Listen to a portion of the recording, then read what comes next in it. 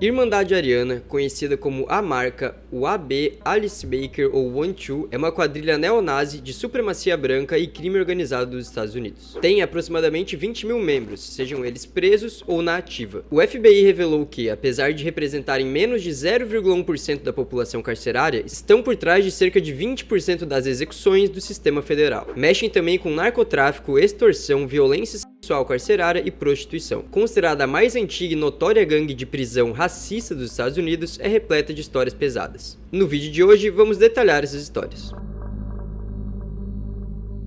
E aí galera, tudo certo? Eu sou o Lucas Filos, estou aqui mais uma vez no Espalhável. Hoje estou aqui com meu parceiro Digo Black, de novo ele, que só ele quer gravar comigo. Claro, né, mano? Eu que tenho que liberar aí a galera pra gravar. Me ver, né? E o resto não quer gravar comigo, tem um lá fazendo almoço, um inventando desculpa pra não gravar. E olha só, a galera tá começando a acreditar nessas histórias que vocês estão contando, hein? Porque, tipo, no último vídeo que eu fiz com o Nicolas, tá ligado? Eu falei, o Nicolas saiu da caverna e tudo mais. A galera falou, caralho, os caras prenderam até o louco na caverna e tal, olha só. Não, mas o Digo não é 100% verdade, mas também não é 100% mentira.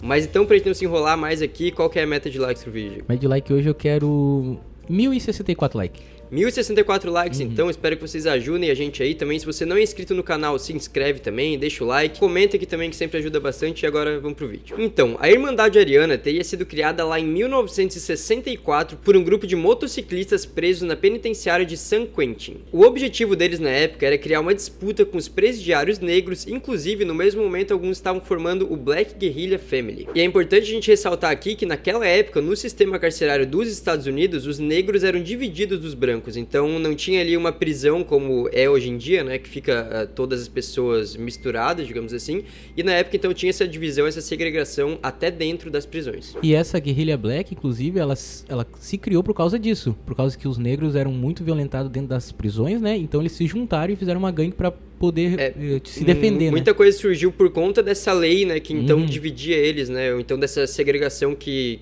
tinha também no sistema carcerário. Mas então surgiu a Lei de Direitos Civis, que tratou então de dar os mesmos direitos para todos os presos. Então os negros e os brancos estariam nos mesmos locais, não teria nenhuma separação ali entre eles, nenhuma diferença na forma que, em tese, claro, eles seriam tratados, né, claro que na prática talvez outras coisas aconteceram, mas pela lei em si ali determinou então que eles deveriam ser tratados da mesma forma nos mesmos lugares. Mas acontece que isso não agradou todo mundo, é claro, agradou aquelas pessoas que estavam a favor dos direitos civis, a favor do que deveria ser desde o início, né, todos tratados da mesma forma, mas algumas pessoas então tiveram a intenção de manter essa segregação de outra forma, mesmo que por lei ela não existisse mais, eles queriam manter de alguma forma essa separação e não deixar que essa mistura acontecesse. Então veio a criação dos grupos, esses grupos então queriam realmente se separar das outras pessoas, e a Irmandade Ariana em si se aproximou na época de Charles Manson e da família Manson no geral, mas a tentativa de parceria com eles foi abortada ali logo no início, pois consideravam o Charles muito esquerdista. E também porque eles não gostaram do fato de a família ter executado a Sharon Tate, que estava grávida, até uma história que a gente já contou aqui em outros vídeos, não lembro se já tem vídeo no Espalhável sobre esse assunto. Pior que eu não lembro, mano. Eu não lembro também, mas até uma história legal pra gente contar aqui, então se o pessoal se interessar a gente pode falar mais sobre esses casos, mas é um caso que eu lembro que a gente já fez vídeo, eu acho que no Planeta Novo tem,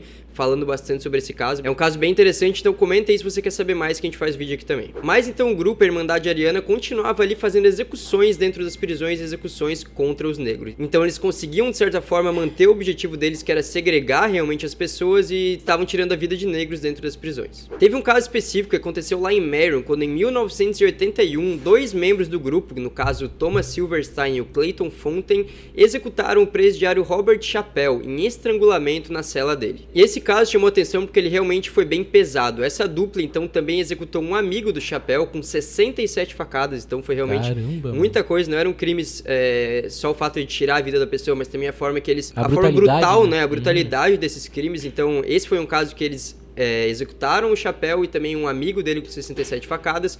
E o Silverstein, inclusive, que é um dessa dupla que tirou a vida dessas pessoas, ele tinha um outro objetivo muito grande dentro da prisão. Ele queria executar um oficial que trabalhava ali. E lá em 1983, então, ele conseguiu atingir esse objetivo. Ele foi primeiro levado para o chuveiro por Merle Klutz, que era então o oficial da prisão. Então ele foi levado para o chuveiro para algum ato que acontecia sempre no dia a dia deles. Mas ali então ele arrombou a fechadura e atacou o oficial no momento que ele não esperava e esfaqueou ele 40 40 vezes, claro, tirando a vida do oficial. Hora depois, o Fontaine executou o Robert Hoffman, que também era oficial da prisão, de uma forma parecida. Então dá pra ver que eles trabalhavam ali de forma conjunta e com planos também bem parecidos, né? Eles desenhavam ali as coisas juntos. E sempre com uma brutalidade, né? Pra realmente até botar medo nas pessoas que quisessem tentar contra a vida deles, né? Dava pra ver que eles não queriam só, como eu falei, tirar a vida da pessoa, mas queriam deixar uma marca ali de que realmente eram pessoas que estavam preparadas pra fazer qualquer coisa, né? Nos anos 90, então, veio uma mudança importante pro grupo, porque o grupo deixou de fazer apenas execuções pela cor da pele e focou também em algumas outras coisas, alguns outros crimes. Então eles aumentaram ali a área de atuação deles, eles focaram também em coisas como tráfico de drogas, prostituição e também execuções marcadas. Então execuções que eles já definiam quem executar, não exatamente pelo motivo que eles executavam antes, que era a cor da pele, mas também por outros motivos, e começaram a abranger, então, mais setores do crime, digamos assim. Com isso, então, com o aumento da atuação do grupo, eles se tornaram os mais poderosos do crime organizado. Nessa época, então, existiam outros grupos também que atuavam dessa forma criminosa, como a Irmandade Ariana, como, por exemplo, as famílias italianas, que eram bem famosas naquele momento, mas um episódio específico chamou a atenção. O John Gotti, que era o chefe da família Gambino na época, ele foi agredido, mas então se irritou ali e queria uma vingança contra essa pessoa que o agrediu. Então, ele solicitou a execução dessa pessoa à Irmandade. Então a vingança não seria simplesmente agredir ele também, ou apenas fazer alguma coisa ali pra dar um susto, pra dar um susto, como o pessoal fala, mas ele queria realmente tirar a vida dessa pessoa. Acontece que esse alvo dele, então, esse agressor que agrediu, o John Gotti, foi transferido pra custódia de proteção, então ele não estava mais sob o alcance da Irmandade Ariana naquele momento, e o plano então teve que ser parado por ali, mas já deu pra perceber a força da Irmandade também, porque essa transferência que fizeram com ele foi por conta disso. Sabiam que ele se tornou um alvo e tiraram ele dali então para ele não correr esse risco. Outro caso marcante envolvendo a Irmandade Ariana teve uma relação com outros grupos também. Lá em 1993, os membros então da Irmandade Ariana, também de outros grupos como dos muçulmanos negros e de outras quadrilhas também lá de Lucasville, em Ohio, reclamavam de tratamento abusivo e superlotação. Então eles não estavam contentes com as condições da prisão na época e resolveram então se rebelar de alguma forma. Mais ou menos o que aconteceu aqui no Brasil, né? E daí surgiu as facções também brasileiras e tipo tudo mais, né? né? Que tipo, os presos reivindicavam melhorias no presídio, melhores tratamentos e tudo mais, e com isso surgiu as facções e outros grupos, né? Tem essas semelhanças também. Então eles organizaram um motim, fizeram policiais de refém e também executaram 9 presidiários e um oficial. Então eles queriam realmente deixar mais uma marca de que eles estavam ali na ativa, estavam cada vez mais fortes, inclusive, e descontentes ali com a forma que eles eram tratados na prisão. E aqui é interessante a gente destacar que a Irmandade Ariana foi formada em uma prisão estadual lá da Califórnia, mas alguns membros iam para prisões federais, então o movimento ia se expandindo. Então começou como algo de tamanho tal e aos poucos as pessoas iam sendo transferidas para prisões maiores, iam levando também as ideias, né, e formando outros grupos também, ou subgrupos, digamos assim, né, outras companhias dentro das prisões, e então a Irmandade Ariana em si ia ganhando um tamanho diferente. Então chegou o momento que o grupo decidiu criar uma divisão bem específica ali para eles terem noção exatamente de quais pessoas estão em cada local. Foi criada então a Irmandade da Prisão Estadual e também a Irmandade da Prisão Federal. O ideal deles, né, os objetivos deles eram os mesmos e eles pertenciam também ao mesmo grupo no geral, mas cada um tinha os seus líderes específicos, se organizava de uma forma específica e algumas diferenças também. Por exemplo, conforme o negócio ia crescendo cada vez mais, eles tiveram que criar uma organização para esse grupo, como a gente viu aqui também em facções brasileiras, né? Que conforme ia crescendo, a gente viu que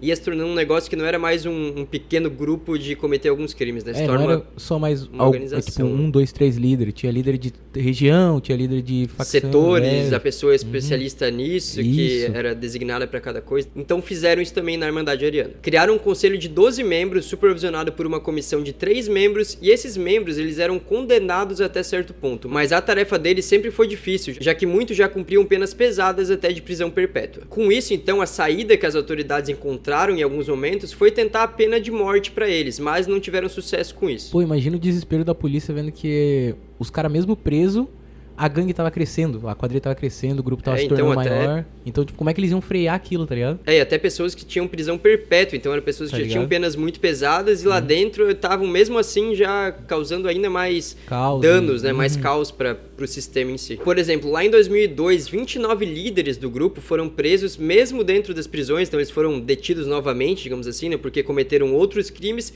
e então a intenção da polícia naquele momento era punir eles com a execução, mas eles conseguiram escapar. Em 2006, aconteceu aconteceu algo semelhante quando 2 líderes importantes do grupo, no caso o Barry Mills e o Tyler Bingham, também foram indiciados por crimes pesados, ainda dentro da prisão, mas também conseguiram escapar dessa pena de execução. Eu acho que isso aí eu acho que é direitos humanos que impede. Que impede às vezes. Ah, sim. Até é bem...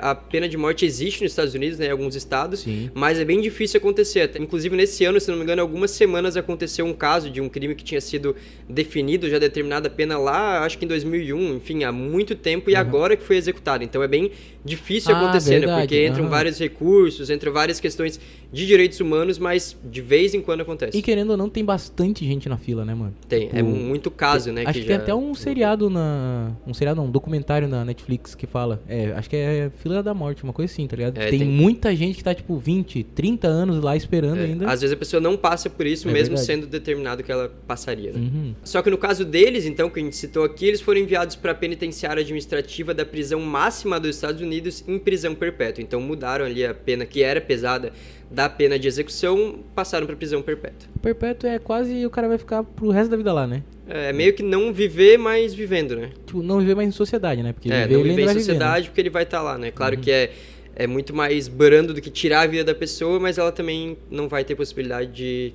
sair pro mundo, né? Uma organização de defesa jurídica diz que a maior motivação do grupo, da Irmandade, nesse momento é o dinheiro. Então, claro, lá no começo eles começaram com uma intenção que tinha muito a ver com a questão racista, né? Era um grupo realmente que mantinha a segregação, mesmo quando os direitos humanos não deixaram mais com que isso acontecesse dentro das prisões, mas aos poucos, como a gente falou, eles foram criando outras áreas de atuação e foram se interessando bastante por lucrar também, assim como a gente viu aqui no Brasil também alguns casos acontecerem. Essa organização observa, por exemplo, que apesar do grupo ser um grupo supremacista branco, às vezes eles ignoram essas visões racistas que eles têm lá de início e pensam apenas no dinheiro, como, por exemplo, quando eles se juntam a quadrilhas latinas. O Daryl Johnson, que é o líder da equipe de análise de terrorismo doméstico, afirma que a Irmandade comete crimes também fora da prisão nas comunidades, então não são apenas coisas feitas ali dentro, eles também têm uma atuação fora do sistema carcerário. Todos os membros do grupo são caucasianos e nenhum não passou pela prisão, então todos tinham que ter entrado na prisão em algum momento, mas conseguir entrar para a Irmandade Ariana não é algo muito simples. Os novatos do grupo são avaliados por 1 ano, eles fazem um juramento de sangue e eles devem cometer ao menos um ato extremo, então tem bastante coisa que eles precisam fazer para conseguir ser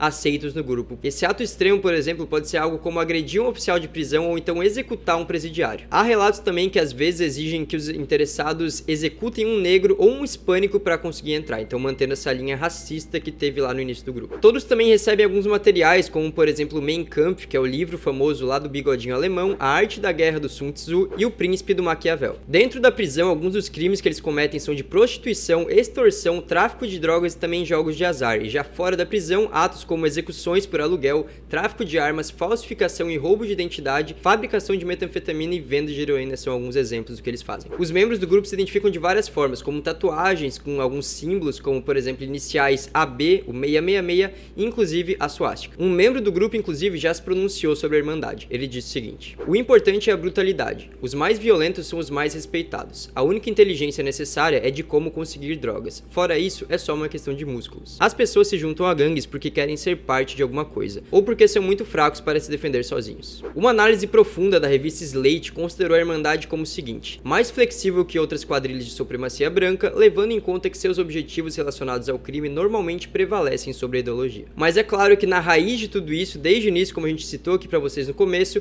tá o racismo e na tentativa de segregação. Então a gente tá falando de uma organização extremista, poderosa e que tá nativa já há mais de 57 anos. Então esse foi o vídeo de hoje, espero que vocês tenham gostado aqui da forma que eu abordei, dos comentários diga aqui também. Se você gostou, deixa um comentário aqui pra gente, dá dica também de outros temas que a gente pode trazer aqui pra vocês. Deixa o like se gostou, se inscreve no canal, ativa o sininho também pra não perder nada do nosso conteúdo. É isso aí, tamo junto, até a próxima.